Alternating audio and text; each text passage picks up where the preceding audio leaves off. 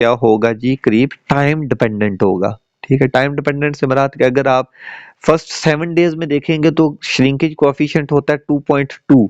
ठीक है, ये कोएफिशिएंट है। अगर आप 28 दिनों में देखेंगे तो वो होता है 1.6। अगर आप 1 साल बाद देखेंगे तो ये होगा 1.1, यानी कि ये उसका कोएफिशिएंट है। ये आस्ता आस्ता कम होता जा रहा है, इसका मतलब है कि आस्ता आस्ता करीब भी कम होगी, इसलिए ये टाइम डिपेंडेंट है। ठीक है, नेक्स्ट क्वेश्चन है जी, ये जो factor affecting creep of concrete, इस पे क्या चीजें जो है ना वो फैक्ट कर रही होगी, मैं और आपको बता चुका हूँ। एक तो जो है ना टाइम तो डिपेंड करेगा ही करेगा, जैसे जैसे टाइम गुजरता जाएगा श्रिंकेज भी कम से कम होगी, और श्रिंकेज कम होगी तो क्रीप भी कम से कम होगा। ठीक है, दूसरा जो है ना क्रीप का ताल्लुक होता है लोड के साथ।